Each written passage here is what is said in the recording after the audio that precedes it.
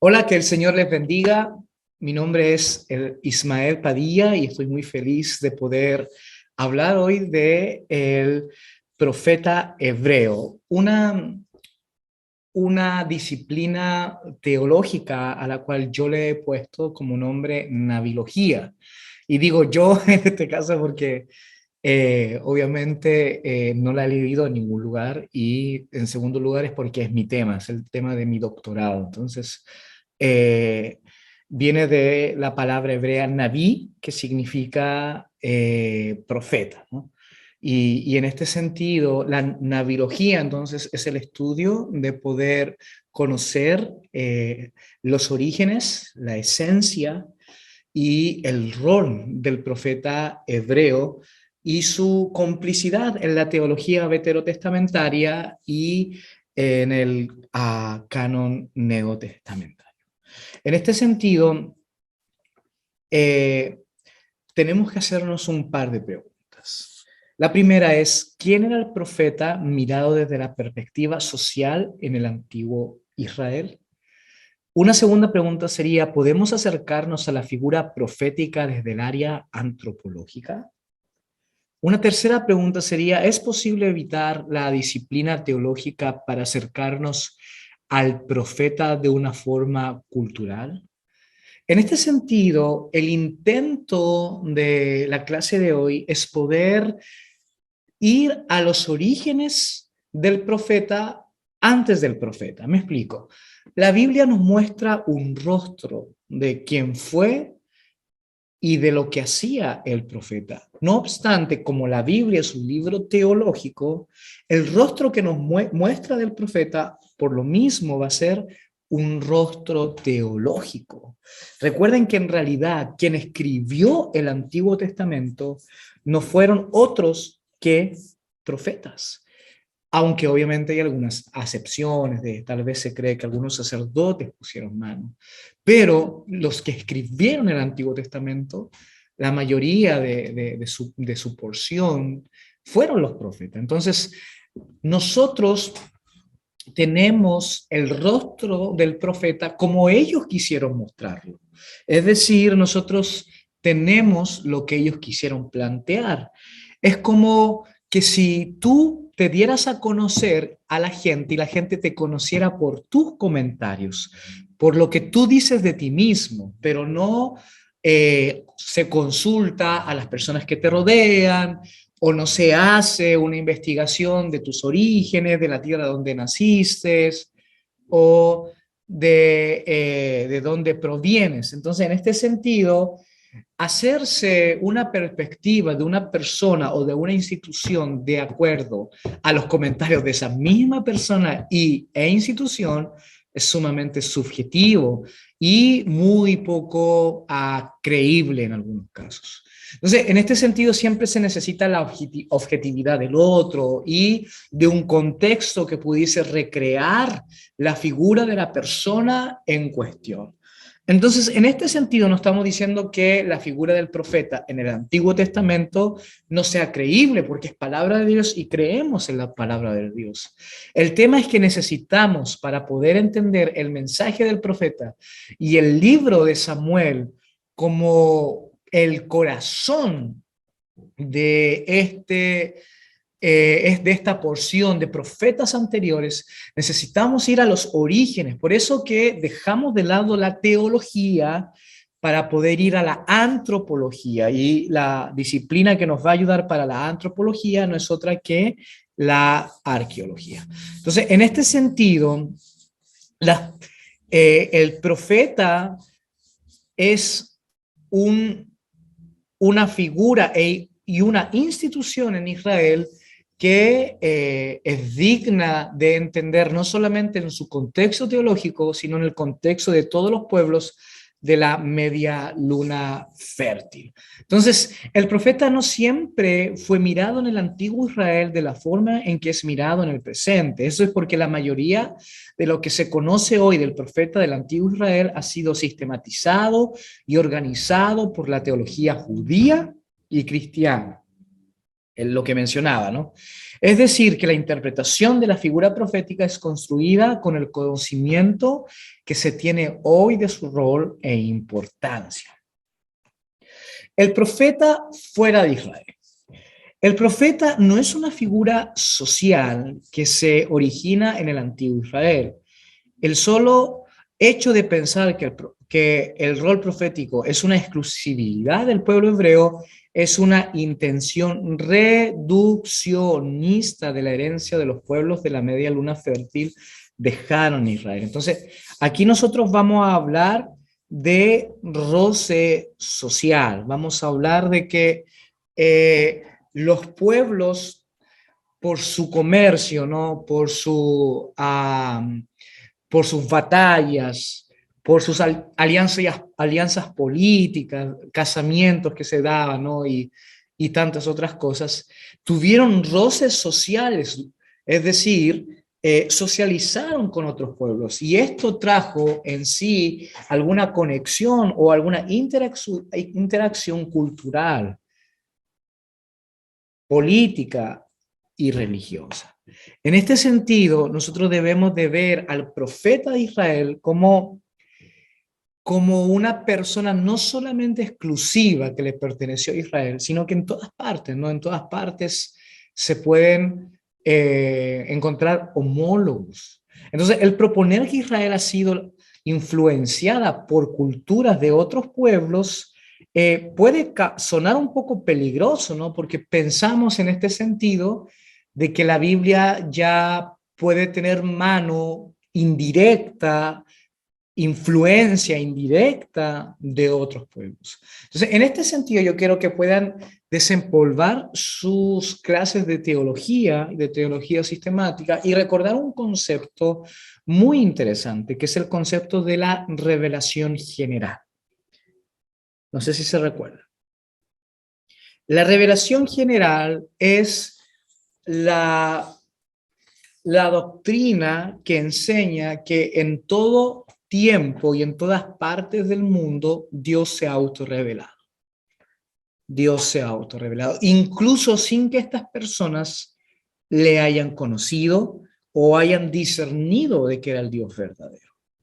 Entonces, en este sentido, la revelación general, nosotros podemos decir de que hay huellas de Dios en todas las culturas, incluso en las que fueron politeístas, incluso en las que hicieron atrocidades. En ellas también hubo huella e imagen de Dios. No obstante, ellos no alcanzaron a comprender todo el rostro de Dios, pues para ellos no hubo revelación especial. Y en la doctrina de la revelación especial es la autorrevelación que Dios le da a el pueblo de Israel, ¿no? Esa es la revelación especial. Y esa revelación especial proviene desde la Torá, desde la ley. Entonces, en este sentido, hay una revelación especial, pero esa revelación especial tiene bases, tiene pilares, y muchas de esos pilares son parte de la revelación general. Entonces, cuando nosotros decimos de que Israel no está exento del conocimiento de las figuras, de las instituciones sociales que otros pueblos tuvieron, no estamos desacreditando la Biblia, ni estamos haciéndole perder autoridad. Lo que estamos diciendo es que el Señor utilizó toda esa información, todo ese conocimiento, todo ese roce general que hubo, y Él lo organizó y lo seleccionó en su palabra para poder darnos la verdadera interpretación. Es como el Gilgamesh, ¿no? Que es el cuadro del diluvio, ¿cierto? Que hubo, ¿cierto? En la antigua Babilonia. Entonces, ahí ellos tienen parte de la verdad, un diluvio, pero es en la Biblia, es en el Pentateuco que nos muestra realmente el diluvio en su perspectiva y en su función más amplia de la teología de yavista en este caso. Entonces, en este sentido, hubo otras figuras también del profeta que en muchos casos se acerca al profeta de Israel, pero en otros casos se aleja. Entonces, en este sentido, nosotros vamos en la clase de hoy, en la clase de la próxima semana, a entender de que hay muchas semejanzas que enriquecen el diálogo. Hay muchas semejanzas que enriquecen la mirada que nosotros podemos tener del profeta veterotestamentario, porque nos va a ayudar a entender los orígenes, nos va a ayudar a entender su esencia, su rol, sus características. Entonces, nosotros no debemos de tener miedo a poder buscar en otras culturas o en otras informaciones lo que la palabra nos muestra, porque sabemos que la palabra es el filtro final, pero sí, muchas veces para entender el filtro final debemos de entender los comienzos y los orígenes. No obstante, también vamos a ver las diferencias y vamos a entender de que en Israel hay un profeta característico. O sea, Israel no se quedó con la misma esencia de los profetas de otros pueblos de la media luna fértil o del creciente fértil, como le muestro ahí en la diapositiva, ¿no? Se llama creciente fértil o media luna fértil porque si se dan cuenta es como una media luna que va, ¿cierto? Desde los ríos Tigres y Éufrates hasta el Nilo, es decir, ¿cierto? De Babilonia hasta Egipto. Entonces, nosotros no debemos de tener miedo a pensar de que una influencia, un roce, pero también sí debemos de pensar de que hay una gran diferencia. Y esa diferencia es la que hace que el Antiguo Testamento sea tan especial y sea tan rico. La imagen del profeta fuera de Israel se presenta en la cúspide de la pirámide social. ¿Ok? En todos los demás pueblos que estaban aquí en la media luna fértil, los profetas eran lo máximo.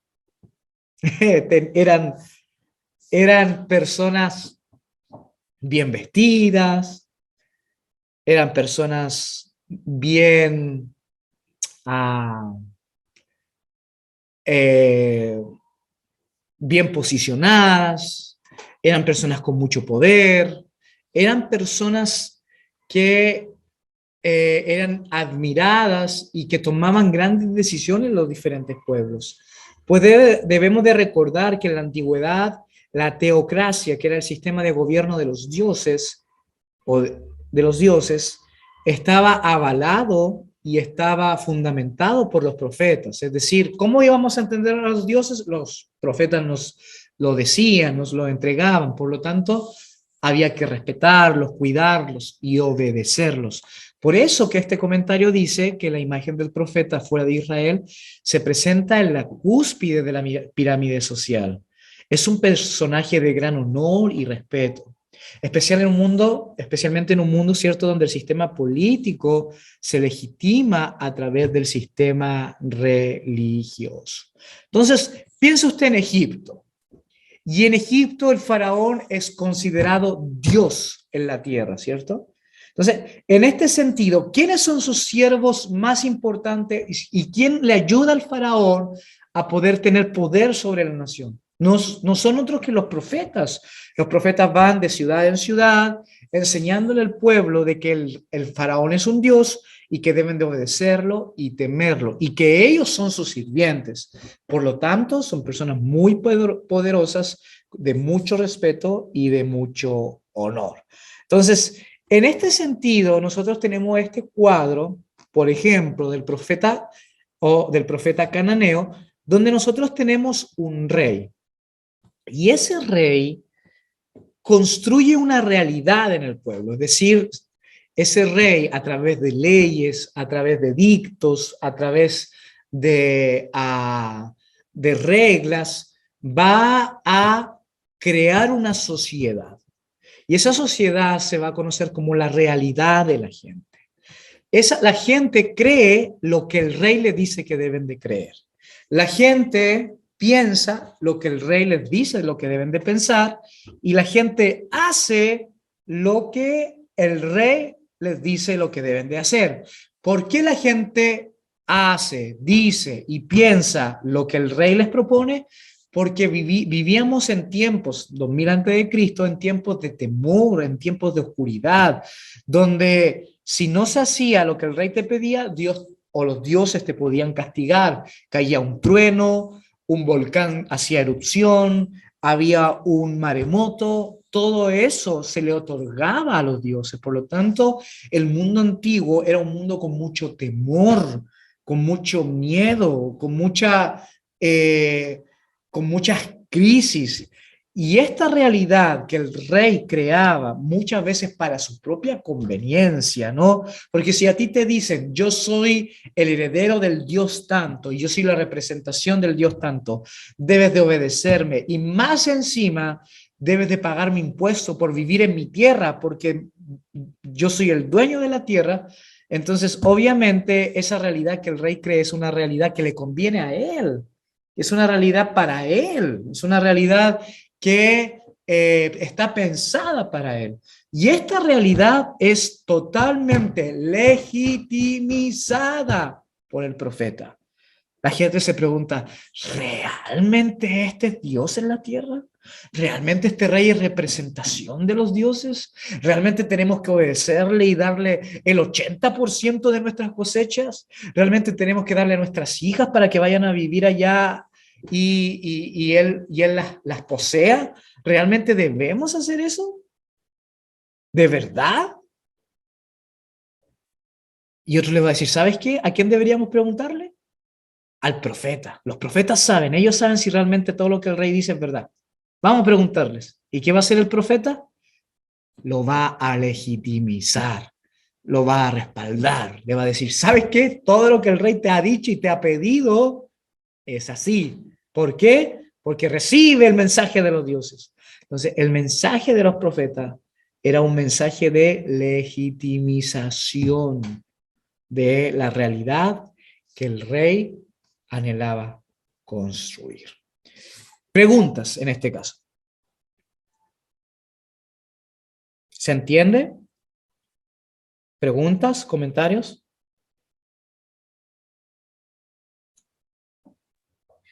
Pastor, es que nosotros vimos algunos tipos de profetas que eran los que estaban muy cercanos al rey, los otros que estaban más cercanos al pueblo, y, y había otro más que no me recuerdo bien, pero en el caso de que se legitimizara algo, por ejemplo, que estábamos hablando de que si le doy a mi hija al rey será así, y el profeta lo legitimice, ¿no será también que sea un profeta muy cercano al rey y no tan cercano a Dios? Excelente, muy buen comentario. En los pueblos de la media luna fértil, ahí, la mayoría del rol profético era, claro, estaba al servicio de la corona.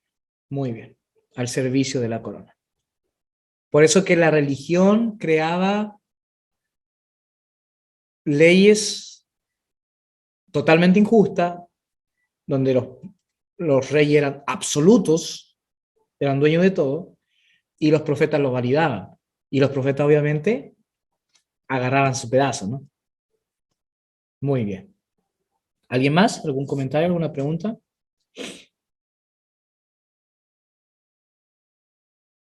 Y después vamos a entender por qué el profeta de Israel es tan diferente, ¿no? Porque el profeta de Israel, el verdadero profeta, se ponía delante de parte de Dios y no del rey. Ahí tenemos, ¿no? A Natán, que le importa un comino ir a reprender a David, ¿eh? Y decirle, tú eres ese hombre, es decir, tú mereces morir. O sea, nosotros lo tomamos tan livianamente porque estamos acostumbrados a tenerlo en el texto bíblico, pero que una persona le dijera eso al rey era muerte segura. O sea, nadie iba a decir eso. Pero lo que dice usted, Pastor Juan, de que el profeta israelita, la novedad del profeta israelita, era que se ponía de parte de Dios y no del rey. Aunque en Israel el rey sí era teofanía. Teofanía es un concepto del Viejo Testamento que significa representación de Dios, tierra. Entonces, aunque el rey fuese representación de Dios en la tierra, porque se supone que Dios lo había escogido, ¿no? Dios escogió a David, por lo tanto, es representación de Dios. no no está a la misma altura de Dios, es un siervo de Dios y un siervo de la gente. Sí, ¿alguien más? Sí, adelante. Una consulta, profesor, porque encontramos a veces en los profetas, por ejemplo en Jeremías o en otros, que ellos entregan profecías no solo para Israel, sino que para las otras naciones. Había como porque a mí siempre me ha llamado la atención eso, que por ejemplo él lanza una profecía para Nínive o para otros lugares que no eran parte del pueblo de Israel, y uno como que dice, esto lo dijo, pero quedó escrito y lo leyeron los puros israelitas, pero a la luz de esto podría uno pensar que no es así, que había como una comprensión o una validación del rol profético incluso fuera de los parámetros de una sola nación. En este caso, por ejemplo, me acordaba cuando Jeremías, ¿cierto? En la deportación hacia Babilonia, es tomado por el rey de Babilonia y él lo considera alguien de importancia, porque es profeta. Sí, y porque el rey David entiende, ¿no? Que quien le entregó Jerusalén fue el Dios de Israel. Él entiende y cuida a Jeremías porque Jeremías predicaba la destrucción y de que el rey Nabucodonosor, en este caso, iba a destruir Jerusalén. Entonces eso llegó a los oídos de Nabucodonosor y dice, wow, este hombre me ha servido, ¿no? Porque este hombre le ha dicho a todos que yo voy a triunfar, de que yo soy escogido por Dios para... Entonces en ese sentido lo cuidó. Y claro, los demás pueblos ven en el profeta israelita algo diferente, ¿no? Por ejemplo, el caso de Naamán y Eliseo. O sea, le dijeron, por ahí escuchó, esta muchacha le dijo, ¿cierto?, a la esposa que le dijo algo de que hay un profeta al sur, en Israel, que te puede sanar.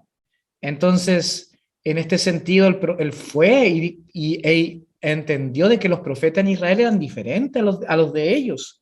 Y más encima, Eliseo, ¿cierto? ¿Qué le dice? De que ni lo toma en cuenta, ni siquiera habla con él. Es la falta de respeto más grande que un hombre puede hacerle a una persona de honor, ¿no?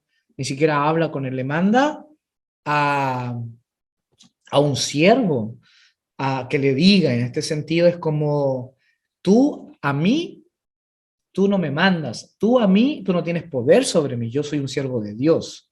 Y tú que vienes con otros dioses, yo no te sirvo a ti. Pero como Dios tiene misericordia del mundo, te voy a decir lo que tienes que hacer. Anda y báñate en nuestro río, no en el tuyo, en el río de Dios. Para que después, si te vayas en otro río de otro territorio, van a decir, no, el Dios de ese territorio te sanó. No, váyate en este río, porque el Dios de este territorio va a ser el que te va a sanar.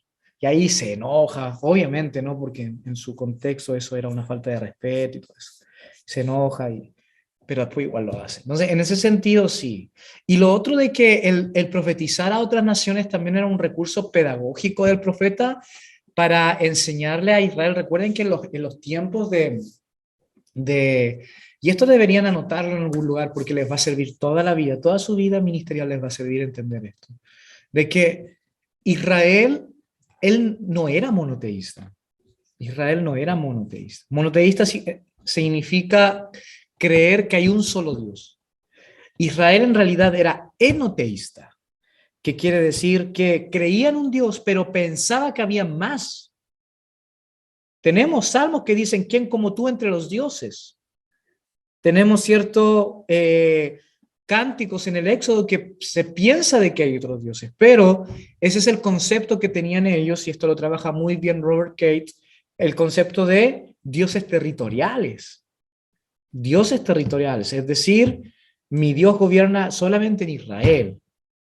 Pero cuando los profetas toman autoridad y comienzan a profetizar contra Ciro, contra Sidón, contra Moab, contra Amón y todo eso, es un mensaje pedagógico para los que escuchan de que en realidad Yahvé es el Dios del universo y su dominio no es solamente en el territorio israelita, sino que también su dominio es universal, fuera de Israel. Por eso Jonás escapa, ¿no? Dice, Dios gobierna solamente en Israel, si me escapo no me va a hacer nada. Dios le demostró de que era el dueño incluso hasta del mar, del océano. Y esto es muy importante porque recuerden que en la cultura hebrea lo más caótico y lo más desastroso es el mar. Los hebreos le un pánico al mar. Entonces se dieron cuenta de que Dios también era el Dios de las aguas. Bien, en este sentido, pregunta, ¿es el profeta el que legitima o legitimiza la sociedad a través de la religión? ¿O es el profeta que legitima la religión a través de la sociedad? Estamos hablando del profeta Israel, de israelita. Si nosotros tenemos este cuadro, mírenlo, rey, sociedad, realidad y profeta, estamos diciendo de que el profeta está al servicio del rey, ¿cierto? Les expliqué delante del cuadro. El rey crea una realidad y el profeta le dice, sí, esta es una realidad buena, hay que seguir al rey. Pero esta pregunta nos da a pensar, ¿quién crea o quién le dice a quién? Ahora, ¿cuál es la novedad israelita? Y pongan atención en esto. Si este es el cuadro de los pueblos de la media luna fértil, Israel es todo lo contrario. Miren lo que es Israel. Es Dios a través de su profeta que entrega los mandamientos y su mensaje, y eso crea una realidad. Y el rey en Israel debe ser un siervo de esa realidad. Un siervo de los mandamientos. Un siervo de lo que Dios ha mandado a través del profeta. Entonces, es en Israel donde hasta el momento los arqueólogos piensan que nace la importancia del profeta a tal extremo que es superior al rey.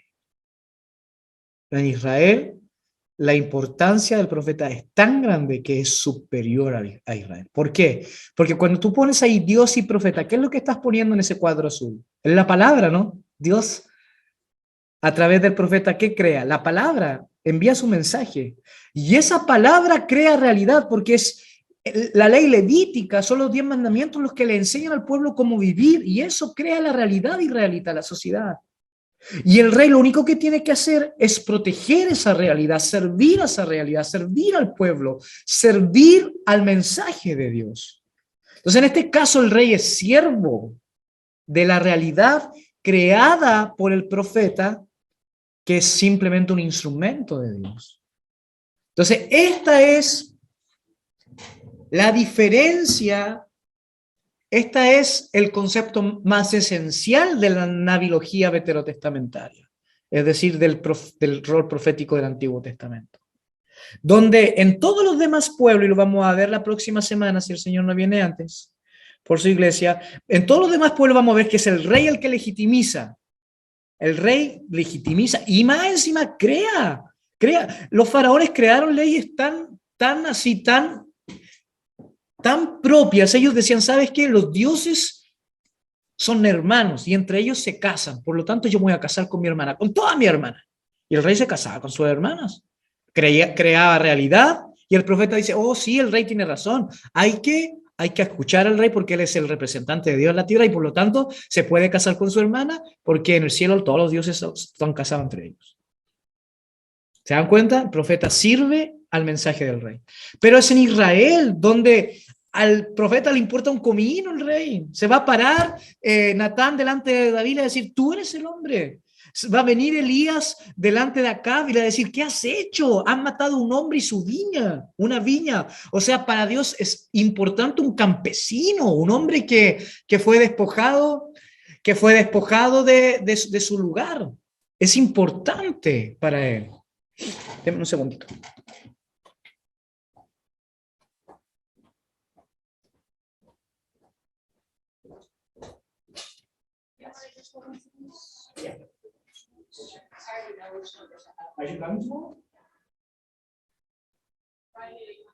¿Estás bien? ¿Sí? ¿Todo bien?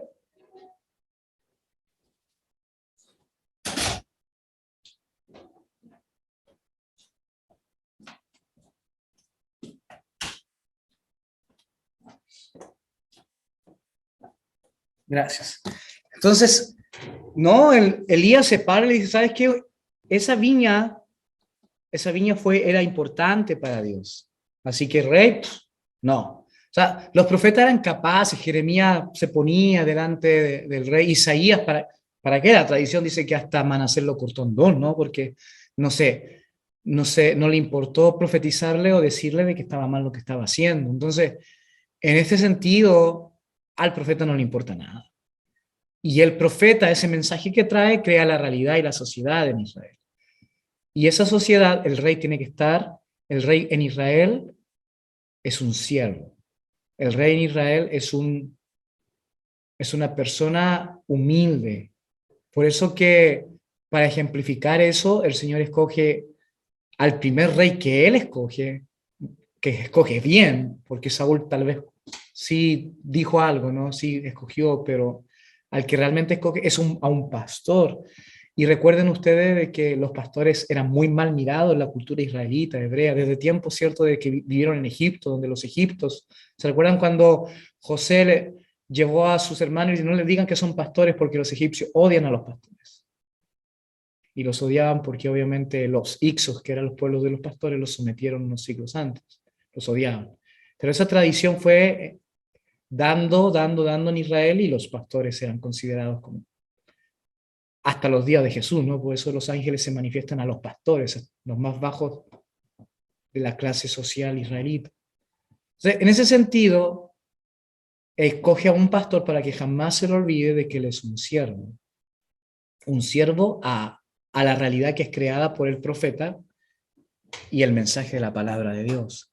Entonces, por eso, hermanos, cuando los profetas que hablan tanto de la idolatría, ¿no?, muchas veces se piensa, no, que Dios es un Dios vanidoso, porque lo único que quieren es que lo adoren a Él, que le pongan atención a Él, porque si adoras a Moloch, no, si adoras cierto a Baal, no, si adoras a Sera, no. ¿Por qué a Dios tanto le interesa que lo adoren a Él, a Él, a Él, a Él, a Él? Y grandes argumentos agnósticos o ateos van a decir, Dios es un Dios egocéntrico, vanidoso, que lo único que quiere es la atención para Él.